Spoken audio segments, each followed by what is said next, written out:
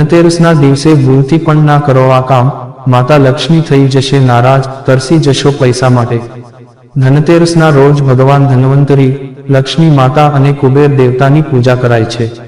આ વર્ષે ધનતેરસ 18 ઓક્ટોબરના રોજ છે। ધનતેરસે ધન અને સમૃદ્ધિ પ્રાપ્ત કરવા માટે ખૂબ જ ખાસ દિવસ માનવામાં આવે છે। કાર્તિક કૃષ્ણ તેરસના દિવસે ભગવાન ધન્વંતરી સમુદ્ર મંથન દરમિયાન અમૃતના કળશ સાથે બહાર આવ્યા હતા। આથી ધનતેરસે તેમની પણ પૂજા કરવામાં આવે છે। પરંતુ હિન્દુ શાસ્ત્રો અનુસાર ધનતેરસ પર કેટલાક અશુભ કાર્યો ન કરવા જોઈએ। જો તમે નીચે મુજબના કામ કરો છો તો તેનાથી કંગાળી આવે છે। 1. ધનતેરસની સાંજે ઘર સાફ ન કરો।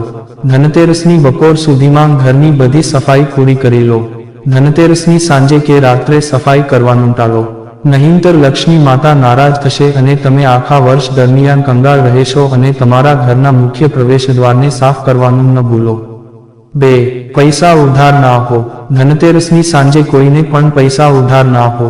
આમ કરવાથી ભગવાન કુબેર નારાજ થાય છે, ઘરમાં સમૃદ્ધિ ગાયબ થઈ જાય છે, ધનની હાનિ થાય છે તથા ઘરમાં પૈસા ટકતા નથી।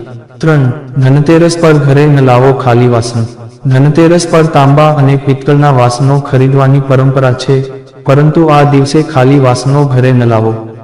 તેના બદલે તેમાં પાણી ભરેલું, ભાત, ગોળ, ખાંડ વગેરે સાથે લાવો। 4.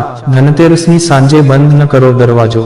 ધનતેરસની રાત્રે લક્ષ્મી માતા પૃથ્વી પર આવે છે અને શુભ આશીર્વાદ આપે છે। આથી ધનતેરસની સાંજે દરવાજો બંધ ન કરો, નહીં તો લક્ષ્મી માતા દરવાજાથી જ પાછા જતા રહેશે અને ઘરમાંથી સુખ અને સમૃદ્ધિ જતી રહેશે। 5. ધનતેરસની સાંજે મીઠું ન કરો દાન। ધનતેરસ સાંજે તમારે ક્યારેય મીઠું, દહીં કે ખાટી વસ્તુઓનું દાન ન કરવું જોઈએ। ધનતેરસની સાંજે મીઠું દાન કરવાથી ઘરમાંથી શુભ આશીર્વાદ છીનવાઈ જાય છે, ઘરમાં તણાવ વધે છે અને રાહુ પણ અશુભ પરિણામો આપે છે।